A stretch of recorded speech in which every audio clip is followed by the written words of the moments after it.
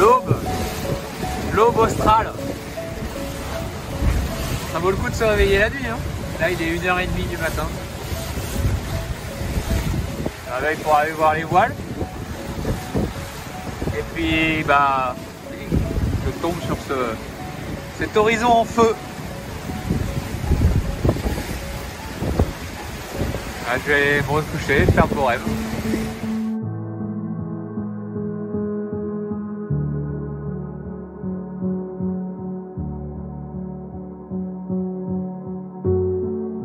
Bienvenue à bord du train express l'Occitane. Parti en chasse dans l'Indien, en mode Sioux, avec 2 bateaux en ligne de mire. Voilà, on ne s'arrête jamais. On a changé de décor, aujourd'hui c'est tout gris. C'est tout gris, c'est au portant, ça surfe.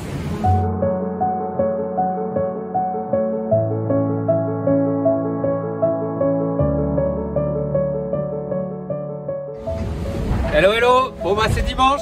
Et le dimanche à Bamako c'est jour de mariage, mais à bord de l'Occitane c'est Byzance. Voilà. Alors œufs sur le plat au curry, café au lait, céréales, petit toast avec beurre salé. Voilà. C'est la petite touche bretonne au nord des îles Kerguelen.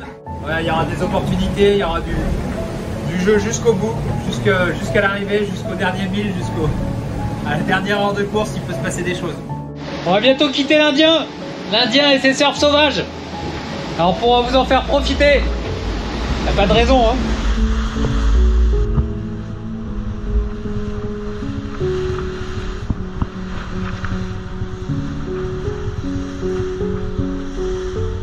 Pour moi, c'est un plaisir. C'est un plaisir de partage de bonheur.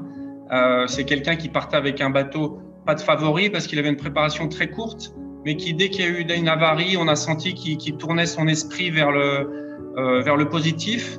Et donc, pour moi, c'est une leçon. Son approche est une vraie leçon. Et je pense que c'est ce que je disais tout à l'heure, le Vendée, il est chouette pour ça, pour les leçons que peuvent nous apporter les marins.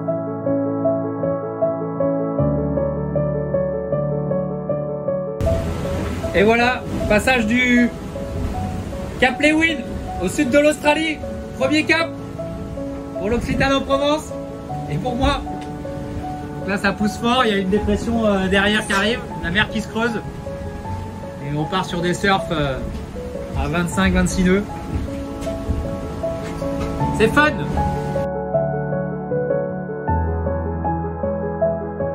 Je l'ai beaucoup côtoyé en multi à l'époque et c'est quelqu'un sur qui il va falloir compter parce qu'en plus, comme il a l'expérience du multicoque et de ces bateaux violents et de ces vitesses très élevées et de ces chocs et tout ça, je pense qu'il est capable d'endurer avec moins de peur, qu'il est dur au stress, dur au mal pour ce genre de bateau.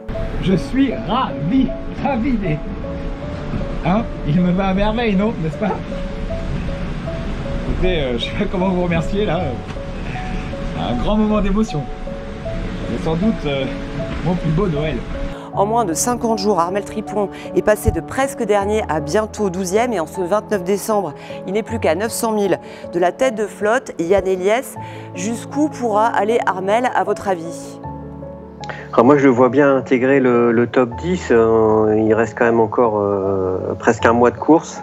On sent que voilà, il prend goût dans cette course-là, entre aventure et compétition.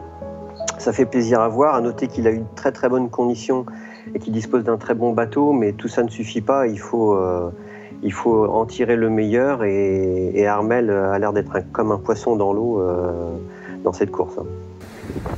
Le Pacifique nous fait bien comprendre qui il est. Voilà, 600 000 du Cap Horn et avec une mer vraiment dégueulasse. On part dans des surfs à 29 nœuds, on plante dans une vague, on s'arrête à 13 nœuds.